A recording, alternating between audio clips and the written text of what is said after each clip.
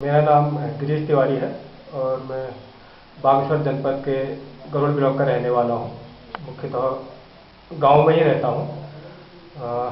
12वीं तक की मैंने शिक्षा प्राप्त की और जब मैं 10वीं में था तो इस सामाजिक क्षेत्र से जुड़ने का मुझे अवसर मसूरी में एक साल के लिए कोई एक कैपेसिटी बिल्डिंग करके कोर्स चलाते हैं। सिद्ध संजीवनी कोर्स करता है। पवन कुमार गुप्ता जी उसके निदेशक हैं। वो युवाओं के साथ एक साल का एक विशेष प्रशिक्षण कोर्स करते हैं, जिसमें कि जो गांव के सामान्य युवा हैं उनको अपने गांव समाज की जानकारियां हों और वो उसके लिए काम करने के लिए जिम्मेदारी अपनी लेने की तैयारी करें। इस तरीके से वहाँ युवाओं को प्रशिक्षण दिया जाता है।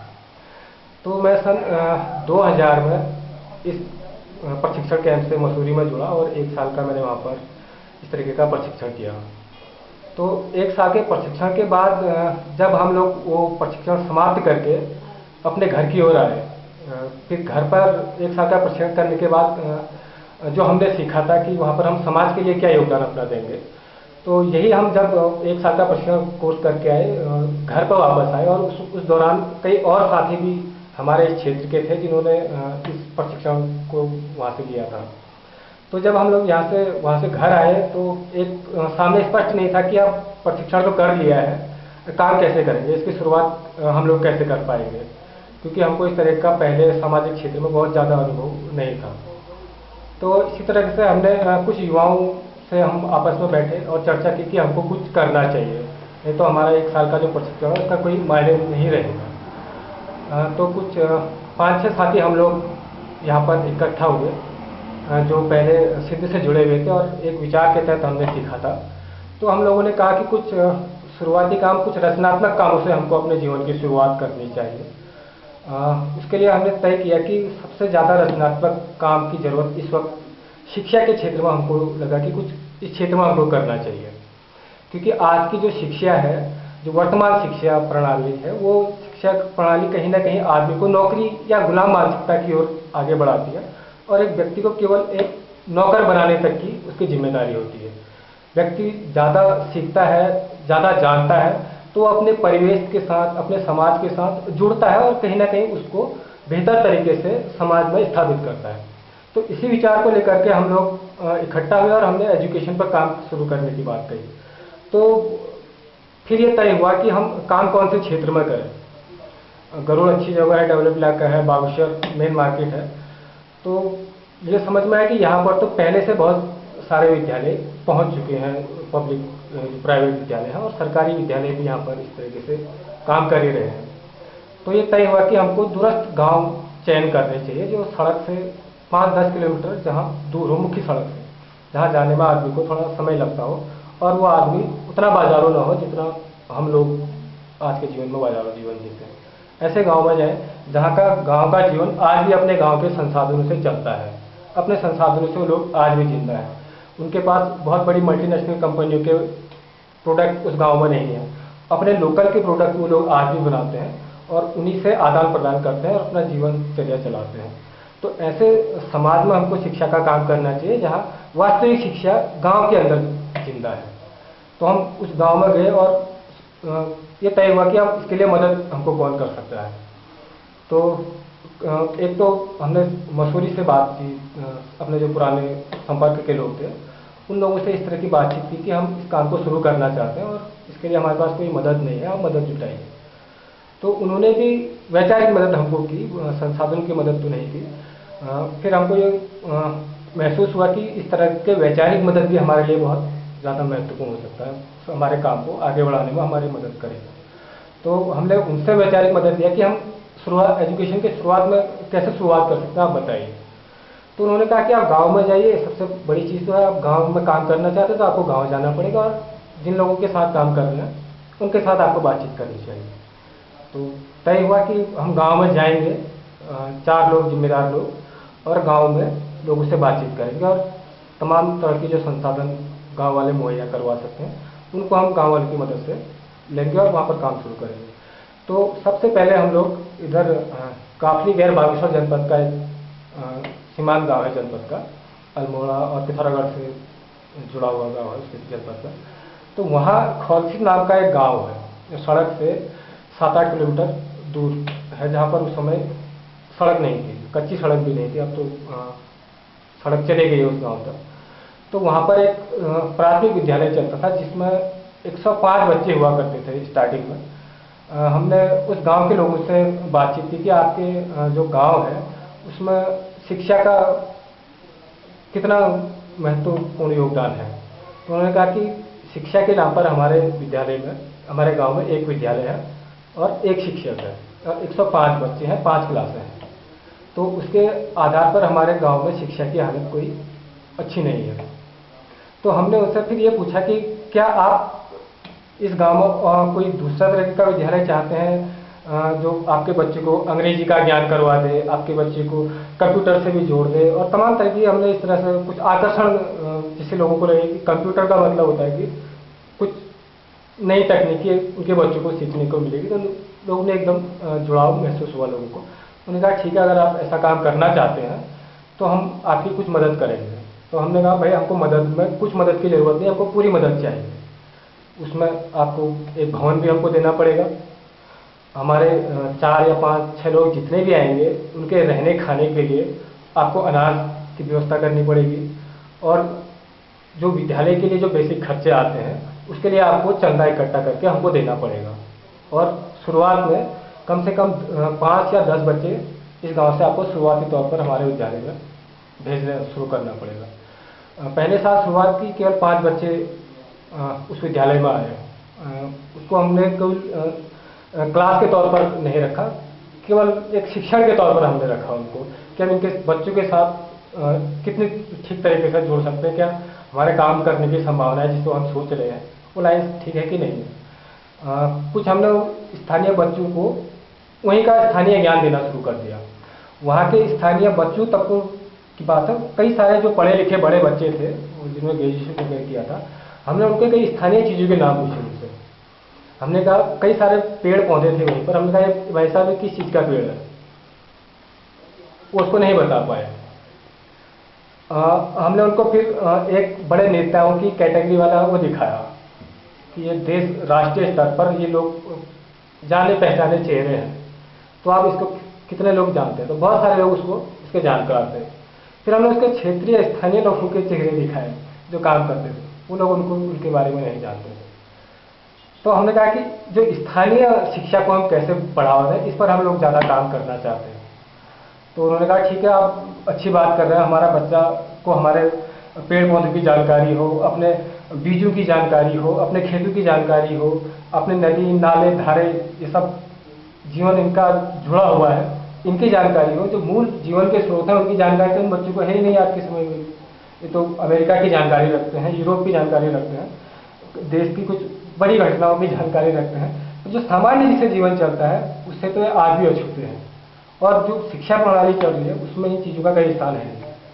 तो धीरे धीरे गांव में संवाद किया हमने लोगों से, फिर कुछ शिक्षक भी हमने गांव से जोड़े। हमने कहा कि कुछ शिक्षक दीजिए, हम परमानेंट आके गांव में तो नहीं टिक पाएंगे क्योंकि हमको और जगहों भी इस तरह की शुरुआत करनी है। तो फिर 2 शिक्षक उन लोगों ने अपने गाँव में ग्राम शिक्षा समिति का गठन हम ही लोगों ने किया, अपने 4-5 साथियों की मदद से संगठन बना, और उसमें से लोगों ने महीने का अनाज देना शुरू किया, महीने में चंदा देना शुरू किया, और महीने में एक दिन वो लोग बच्चों के साथ पूरे गांव के भ्रमण पर आसपास के उनको बताते थे। जिन चीज़ों की जानकारी हमको नहीं थी, वो बूढ़े बुजुर्ग जो थे उनको लेकर के उनको शिक्षा देने का काम करते थे कि आइए अपने बच्चों को उनकी शिक्षा में भागीदारी कीजिए। धीरे धीरे 2 साल बाद जिस विद्यालय में 105 बच्चे थे, आज उस विद्यालय में सिर्फ 5 बच्चे रह गए थे, हमारे विद्यालय में 105 बच्चे आ गए थे। हालत ये हो गई कि वो सरकारी स्कूल बंद होने के कगार पर आ गया, क्योंकि वहाँ पर इस तरह का कोई सिस्टम था भी नहीं। एक शिक्षक था हमारे विद्यालय में, इस तरह के गाँव की सहमति से 6-7 शिक्षक हो गए थे, पर्याप्त थे उन बच्चों के हिसाब से, तो वो शुरू हो गया। अब फिर दिक्कत क्या हुई कि स्कूल तो हमारा चल गया, अब फिर उसके बाद सरकार भी तब की कोई खटक गया कि उनका विद्यालय तो चल गया, हमारा इतना चला विद्यालय ये लोग बंद कर दें। तो उन्होंने अड़ंगा लगा दिया कि आपके पास विद्यालय की मान्यता नहीं है। तो 2-3 साल उन्होंने हमको इस तरह से परेशान किया। वास्तव में हमारे पास विद्यालय की मान्यता नहीं थी, क्योंकि 5वीं में उसकी मान्यता चाहिए होती है अगले दूसरे विद्यालय में प्रवेश करने के लिए। तो फिर हमने किसी दूसरे संस्थान से संपर्क किया। 5वीं के कुछ साल हमने उन बच्चों से यहाँ के उनसे उनको पेपर दिलवाए दूसरे विद्यालय के। तो अभी करीब 7-8 साल उस विद्यालय को चले हुए होंगे। पिछले साल हमने पर्वतीय लोक विकास समिति दिल्ली की संस्था है उत्तराखंड में, हम ही लोगों के पास उस संस्था का काम भी हम ही लोग करते हैं, तो उसके तहत हमने उस विद्यालय को मान्यता दिलवाई है। एक तो वो विद्यालय हम लोगों के वहाँ चल रहे हैं। फिर दूसरा विद्यालय हमने अल्मोड़ा में खोला, अल्मोड़ा माड़म में। वो विद्यालय भी आज अपने उसमें स्वतंत्र तरीके से, स्वावलंबन तरीके से चल रहा है। तीसरा विद्यालय हमने खौलसी में, इधर कोटगाड़ी है, पिथौरागढ़ के डिस्ट्रिक्ट में पड़ता है, वो विद्यालय भी आज ग्राम संचालन से अपने शुरुआत की हमने, बाद में वो संसाधन हम गांव के लोगों को सौंप दिया। आज बेहतर तरीके से चल रहे हैं। विद्यालय चलाने के बाद फिर हमने यहाँ के स्थानीय उत्पाद, हमने कहा कि ये तो एक तरीके से ठीक हो रहा है, इसके साथ साथ कुछ और भी काम हमको करने चाहिए शिक्षा के साथ साथ। तो फिर हमने कहा कि क्या किया जा सकता है। फिर सहमति बनी, साथियों की मीटिंग आपस में बहस की। हमने कहा कि यहाँ के स्थानीय उत्पादों को मंच मिलना चाहिए। कौसानी में हमने उसकी तैयारी की, क्योंकि कौसानी में देश भर के नहीं, दुनिया भर के लोग आते हैं, और वो स्पेशली सिर्फ हिमालय देखने के लिए ही नहीं आते हैं, वो हिमालय को समझने के लिए भी आते हैं, और हिमालय को देखना भी चाहते हैं कि हिमालय की उत्पत्तियाँ क्या है, हिमालय की देन क्या है। शहर से तो सिर्फ इतना आते हैं कि हिमालय दिख जाएगा, लेकिन जब यहाँ आते हैं तो वो पूछते हैं स्थानीय चीज़ों के बारे में कि क्या है यहाँ पर आपका स्थानीय उत्पाद।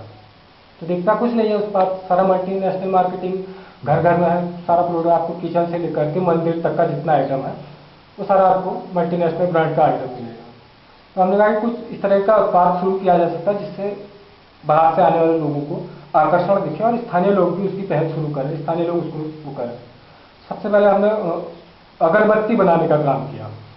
लक्ष्मी आश्रम अगरबत्तियाँ बनाता था, उनके पास उसके सारे संसाधन होते थे, तो कुछ उनका और कुछ अपना मिला करके हम लोग आश्रम में एक कमरा उन लोगों ने दिया था निःशुल्क। वो सब चीज़ उनको समाज की, हमने कहा था कि हमारा कुछ नहीं है, समाज के लिए कर रहे हैं, समाज के संसाधनों से कर रहे हैं, तो इतना आपको देना चाहिए। तो कोई दुबे जी थे, उन्होंने करीब 4 साल के लिए हमको दे दिया था निःशुल्क तौर से।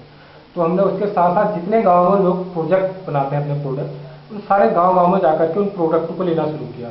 यहाँ पर बहुत अच्छी दालें होती हैं, दालों के साथ साथ कुछ और छोटे छोटे जो उद्योग होते हैं घर में बनने वाले, वो कोई फेस स्क्रब बनाता था, कोई अचार वगैरह जैम जेली इस तरीके से बनाते थे। तो वो उसका एक मंच ही दिया। बहुत लंबे 4 साल हमने वो काम किया। 4 साल बाद उसकी एक पहचान बन गई थी कि कौसानी आश्रम में इस तरह का चीज़ मिलता है। आज भी अब वो फिर उसके बाद आश्रम में हमको दिया नहीं जाता, उसकी कुछ अपनी कारण से जाए कारण से उन्होंने बंद करवा दिया उसको। कुछ हम साहित्य की किताबें बेचते थे, स्थानीय जो हाथ से कर्जे से बनने वाले कपड़े होते थे, शॉल होते थे, इस तरह की चीज़ें हमने बहुत सारा लोकल प्रोडक्ट वहाँ पर जमा कर दिया था। तो एक पहचान बन गई थी वहाँ पर। जो लोग दोबारा आते थे वो पूछते थे कि वो जो हम पिछली बार ले गए थे स्क्रब वो है कि नहीं है। पहली बार में लोगों को ऐसा लगता है कि स्क्रब लगाने से कि उनका फेस तो खराब नहीं होगा, लेकिन जब उन्होंने एक बार इस्तेमाल किया उसको, सारे नेचुरल चीज़ों से बना रखा था हमने, उसमें बहुत ज़्यादा कोई इस तरह की तकनीकी नहीं थी। गांव की राई, कुछ ऐसी चीज़ें, कुछ मुल्तानी मिट्टी ऐसे करके नॉर्मल तरीके से हमने बना दिया था। बहुत अच्छा फेस पैक बन गया था इस तरीके से, तो बहुत अच्छा उसका असर देखा। ये किया। फिर उसके बाद हमने उत्तराखंड लोक विद्यापीठ करके एक संगठन बनाने की कोशिश की जो राजनीतिक पहलुओं पर भी बात करें। वो सिर्फ अब संसाधनों के साथ साथ गांव की राजनीति में स्थानीय युवाओं की क्या भूमिका हो। अभी तो कोई भूमिका नहीं होती है स्थानीय युवाओं की, उसी की भूमिका होती है जो पहले से किसी पार्टी से जुड़ा हुआ है, पावरफुल आदमी है, उसकी मान्यता होती थी कि भैया ये जो कहेगा वो सारा गांव करेगा, जो ऊपर का बॉस कहेगा वो नीचे का करेगा। हमने कहा कि जो नीचे का कहे उसकी कौन सुने। स्थानीय राजनीति में जो नीचे के दलित तबके के हैं या पिछड़े तबके के हैं, आर्थिक स्थिति जिनकी बहुत खराब है, ऐसे लोगों को राजनीति में कोई महत्व नहीं दिया जाता है। तो हमने कहा कि ऐसे लोगों के लिए हम क्या बहस शुरू कर सकते हैं। तो इस तरह से हमने समता आंदोलन करके उसी के तहत इस तरह के सारे युवाओं को जोड़ा जो दलित परिवार से आते थे, गरीब परिवार से आते थे। उन लड़कों के अंदर बहुत योग्यता थी इस तरह की, जो चाहत भी रखते थे कि वो इस क्षेत्र में कुछ काम करें। तो ऐसे कई सारे क्षेत्र से हमने वो बनाए, इस तरह के संगठन बनाए। इस तरह के लड़के आए वास्तव में जिनके मन में पीड़ा थी कि आप एक दलित 4 स्वर्ण बैठे हैं, उनके पीछे एक दलित बैठा है, तो उस बेचारे की कितनी दुर्दशा होगी। उसको उसका छुआ पानी भी आप पीने के लिए करें तो उसके मन में जो पीड़ा होती है, उस पीड़ा को का अंत कैसे करें, उसके लिए जरूरी है कि नीचे से के आदमी को भी ऊपर की ओर लाने की कयावत शुरू हुई। तो उस पर भी हमने कुछ लिखा, कुछ पत्रिकाएं निकाली हमने यहाँ से विमर्श करके। पहले हम मसूरी से निकालते थे, बाद में हमने यहाँ से शुरू किया कौसानी से विमर्श, जिसमें इस तरह के स्थानीय काम करने वाले नए लेखकों को हम प्रमोट करते थे कि गांव का बच्चा वो भी लिख सकता है। ये जरूरी नहीं कि कोई बड़ा पत्रकार किसी चीज को लिखे। मेरे गांव में अपने जीवन में क्या अनुभव कर रहा हूँ, क्या पीड़ा महसूस कर रहा हूँ, क्या मुझे खुशियाँ होती है, उस चीज को मैं भी व्यक्त कर सकता हूँ। हिमालय ट्रस्ट में इतना सारा काम हो रहा है, कोई ना कोई मेरा नजरिया होगा उसके प्रति, चाहे वो अच्छी है चाहे बुरे में नजर आए, लेकिन एक नजरिया है मेरा। मैं उस नजरिए को समाज के सामने कैसे रखूँ, इस पर मंच बनाया। बहुत सारे कई सारे लड़के आज भी लिखते हैं।